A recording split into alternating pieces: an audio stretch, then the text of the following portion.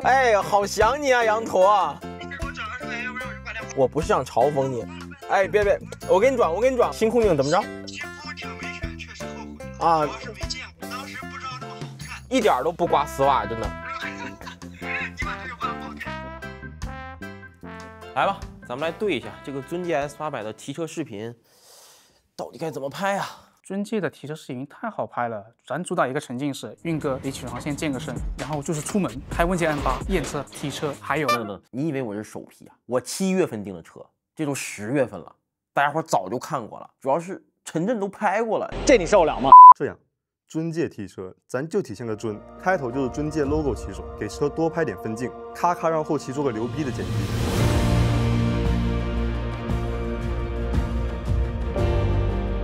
一车一式得有店员迎接吧，得有鲜花吧，然后运哥你穿的商务一点，非常成功的坐在后排。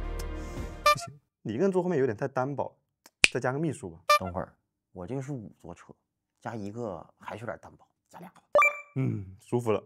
我想想还有什么配置必须得着重强调一下，毕竟我有个朋友，好想你啊，羊驼啊！星空顶得来一全景，然后再来一特写，看看这个做工细节。然后我仔细问我那个朋友，这个星空顶好看吗？你再说一遍，什么信号不好？没听见。星空顶怎么着？星空顶没选，确实后悔啊！主要是没见过，当时不知道那么好看。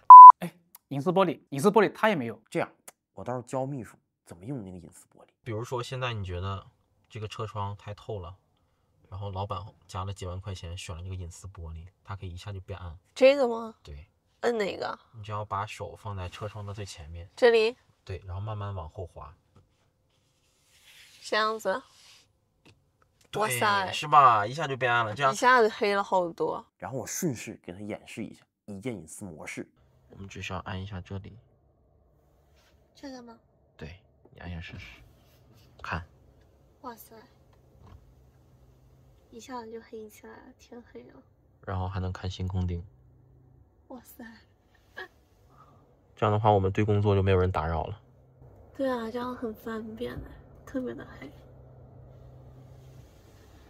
不过还有一个配置没看出来，3电机。我想想啊，这车有差不多5.5米，我让秘书从头走到尾，一边走一边说。哇哦，这辆车有3电机。